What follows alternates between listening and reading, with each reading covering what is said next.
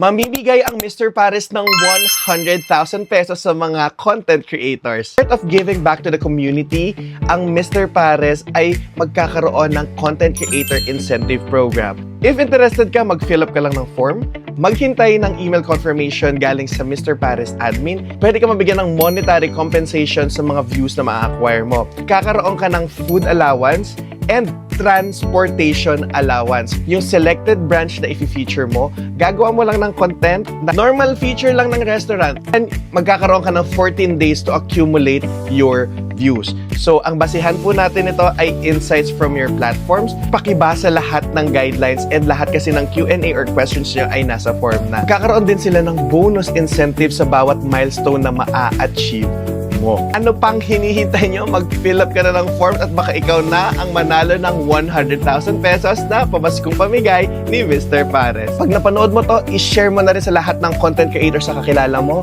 at mag-participate na rin kayo kasi hanggang January 31, 2026 na lang to.